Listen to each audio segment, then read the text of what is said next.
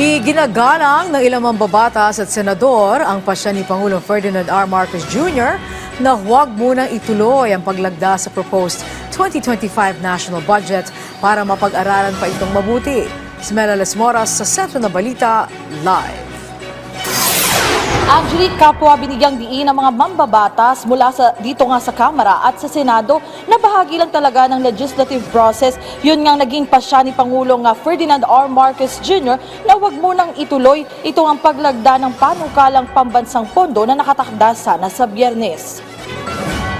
Sa isang press conference ngayong araw dito sa Kamara, pare-parehong binigyang diin ni House Committee on Appropriations Vice Chair Jel Bongalon, House Assistant Majority Leader Jude Asidre at House Committee on Women and Gender Equality Chair Geraldine Roman na iginagalang nila ang pasya ng Presidente na iurong muna ang paglagda ng 2025 General Appropriations Bill para pag-aralan pa itong mabuti.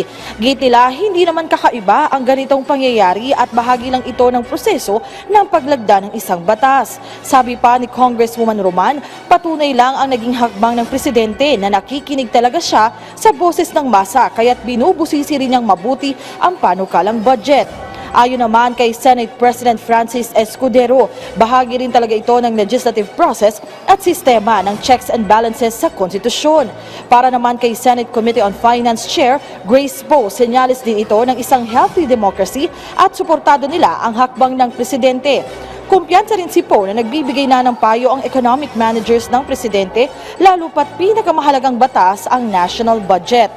Angelique, sa ngayon nga tuloy-tuloy rin yung mga pagdinig dito sa Kamara patungkol nga sa iba't ibang mahalagang issue ngayon. Yung House Quinta Committee o Murang Pagkain Super Committee, tuloy-tuloy nga rin yung pagdinig ngayon at isa sa mga tinatalakay nila yung budget ng National Irrigation Administration at yung mga proyekto ng pamahalaan nga para nga magkaroon pa ng mas murang bigas at iba pang pagkain ang bansa. Angelique? Yes, Mela, kumpiyansa ba ang mga kongresista na hindi tayo magkakaroon ng tinatawag na reenacted budget kahit hindi tuloy ang budget signing sa Biyernes? Angelique, kanina nga sa press conference dito sa Kamara ay isa rin yan dito nga sa mga naitanong. Yung mga kongresista ayaw nilang pangunahan kung ano yung mangyayari pero iginiit nga nila na kumpiyansa sila at tiwala sila dun nga sa wisdom at pasya ng Presidente at talagang tinitiyak nila, sigurado sila na ito nga mga hakbang ng Malacanang ay para rin sa ikabubuti ng bawat isa at dito nga sa magiging direksyon ng mga programa ng pamahalaan. Sa ngayon nga, Angelique, talagang naghihintay rin ng updates ang mga kongresista mula sa Malacanang pero nakatitiyak sila na yung mga programa at proyekto ng pamahalaan ay magtutuloy-tuloy yan sa ilalim na rin ng magiging kumpas ng Presidente. Angelique?